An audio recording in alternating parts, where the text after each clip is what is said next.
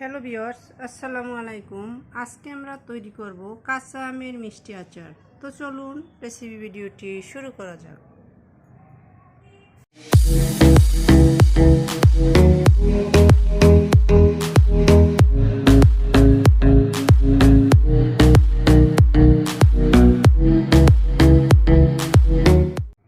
শুরুতেই এটা তৈরি করার জন্য এখানে আমি 7-8 পিস কাঁচা আম নিয়েছি।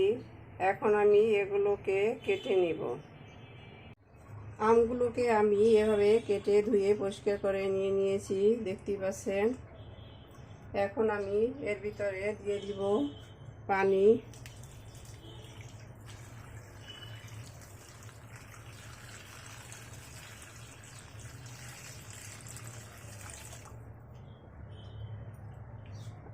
আমগুলো ডুবিয়ে পানি দিয়ে দিয়েছি। এখন দিয়ে দিব লবণ।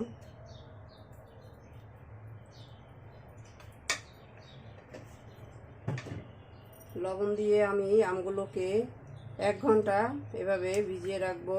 এতে করে আম থেকে এর কষটা বেরিয়ে যাবে, আচারের কালারটা সুন্দর হবে।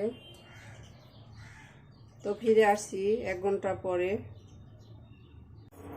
এরই মাঝে এর জন্য আমি একটা মশলা তৈরি করে নিচ্ছি। এখানে এর জন্য নিয়েছি আমি 5 ফোড়ন, মিষ্টি মরি, ধনিয়া। এখানে 5 ফোড়ন আছে 1 টেবিল চামচ, ধনিয়া 1 টেবিল চামচ, মিষ্টি মরি 1 টেবিল চামচ, একটা তেজপাতা ছিঁড়ে নিয়েছি, 5-6টা শুকনো মরিচ, আর কিছু নিয়েছি দারুচিনি। এগুলোকে একত্রে ফ্রাই করে নিব।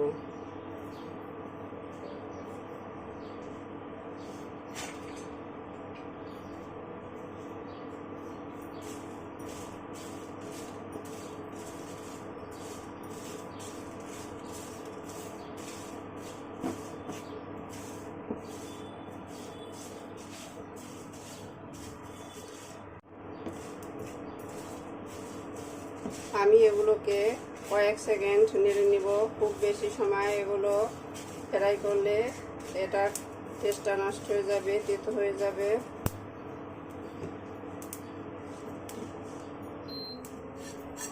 চুলো বন্ধ করে এগুলো আমি তুলে নিচ্ছি। এখন অপেক্ষা করব এটা ঠান্ডা হওয়ার জন্য। এটা ঠান্ডা হলে পরে আমি ব্লেন্ডারে আধা ভাঙা করে নিব। তো ফিরে আসছি এটা রেডি করে নেওয়ার পরে। মশলাটাকে ঠান্ডা করে আমি আধা ভাঙা করে নিয়েছি, দেখতেই পাচ্ছেন, একেবারে মিহি করিনি। এদিকে আমি যে আমটা ভিজিয়ে রেখেছিলাম লবণের ভিতরে, 1 ঘন্টা হয়ে গেছে, দেখতেই পাচ্ছেন পানিগুলো কালো হয়ে গেছে, এর কষগুলো বেরিয়ে আসছে। এখন আমি এগুলোকে পানি ঝরিয়ে নিব। আমগুলোকে আমি পানি ঝরিয়ে নিয়েছি। এখন আমি একটা অন্য বলের ভিতরে তুলে নিচ্ছি।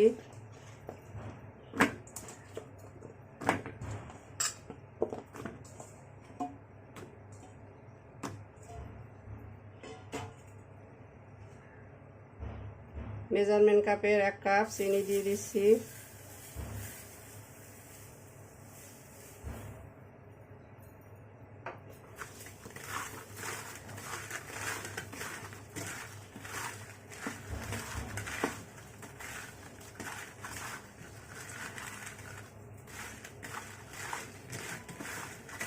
চিনির সাথে এগুলোকে ভালোভাবে মেখে নিলাম।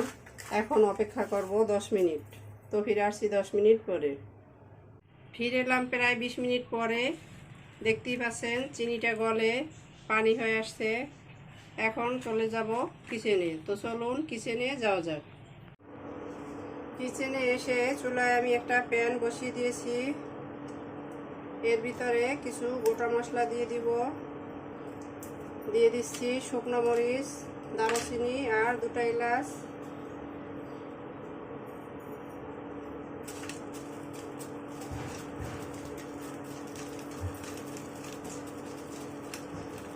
কয়েক সেকেন্ড নেড়ে নিব।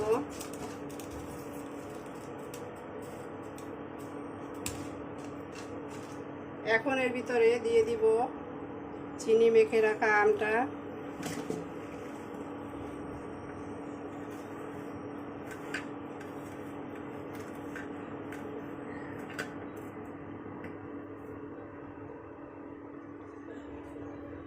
আমি এর ভিতরে কোনো তৈল ইউজ করব না, এটা তৈল ছাড়া মিষ্টি আচার।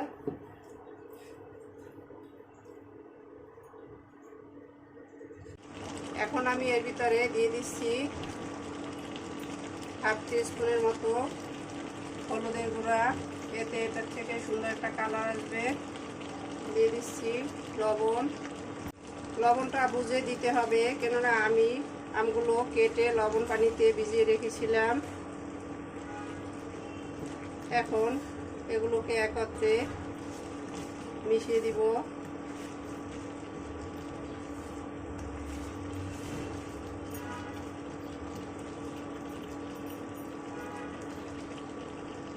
এখন আমি এটাতে ঢাকনা দিয়ে দিচ্ছি 5 মিনিটের জন্য। তো ফিরে আসছি 5 মিনিট পরে। ফিরে এলাম 5 মিনিট পরে, ঢাকনাটা তুলে নিলাম।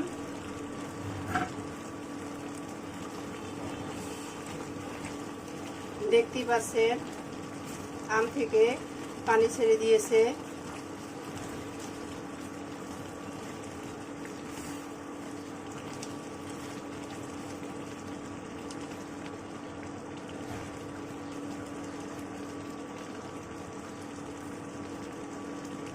এখন আমি ভিতরে দিয়ে দিব যে গরম মশলা করে রেখেছিলাম আমি 5 ফোড়ন অ্যাড করে, তার থেকে 2 টিস্পুন দিয়ে দিচ্ছি। বাকিগুলো আমি পরে অ্যাড করব। এগুলোকে একত্রে নেড়ে মিশিয়ে দিচ্ছি।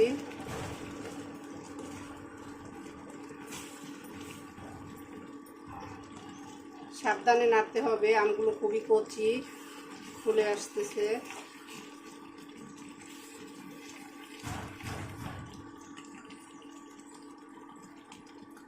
তো আমি এখন আর ঢাকনা দেব না, এই পানিটা কিছুটা টেনে আসলে পরে আবার ফিরে আসছি। পানিটা টেনে মাখো মাখো হয়ে আসছে। এখন আমি দিয়ে দিচ্ছি ভিনেগার।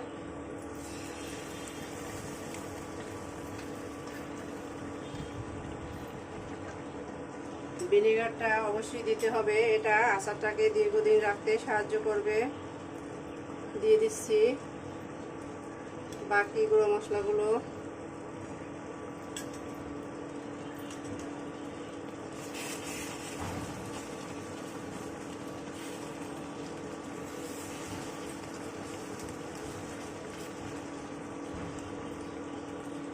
এখন আমি চুলাটা বন্ধ করে দিচ্ছি আর অপেক্ষা করব এটা ঠান্ডা হওয়ার জন্য। ঠান্ডা হলে পরে আমি এটাকে সার্ভ করে নেব। তো চলুন সার্ভ করে নেওয়া যাক।